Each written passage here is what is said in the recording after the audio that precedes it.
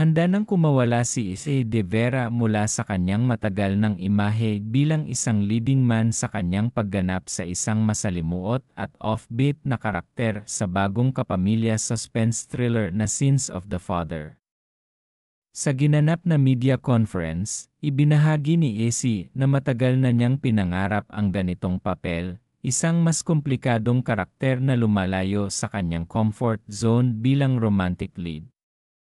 It's an answered prayer, anya, habang kinuwento kung paanong sinabi niya mismo kay Direk Reyes na nais niyang subukan ang ganitong klaseng role. Sa serye, ginagampanan ni Issei si Jacob Rivera, isang misteryosong lalaking konektado sa karakter ni Joko Diaz, at may matinding banggaan sa karakter ni Gerald Anderson.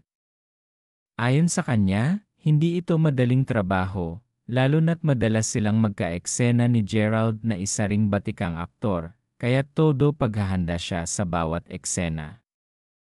Ngunit imbes na kompetisyon, itinuturing ito ni Issei bilang isang oportunidad upang maipamalas muli ang kanyang husay at versatility bilang artista.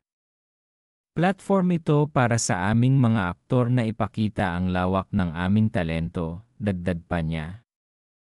Bukod sa aksyon at tensyon, pinuri rin ni Issei ang maayos na pagkakatimpla ng kanilang mga karakter at ang magaan ngunit profesional na working environment sa set.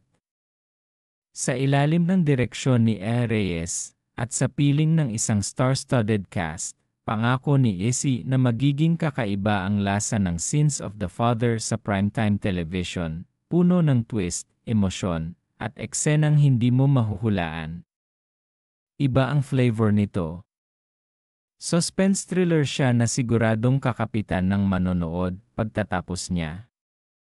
Abangan si Issei de Vera bilang Jacob Rivera sa Sins of the Father, malapit na sa Kapamilya Channel, I-Want-See, at Kapamilya Online Live. Kung kailangan mo ng bersyon para sa press release, caption, o promotional material, sabihan mo lang ako.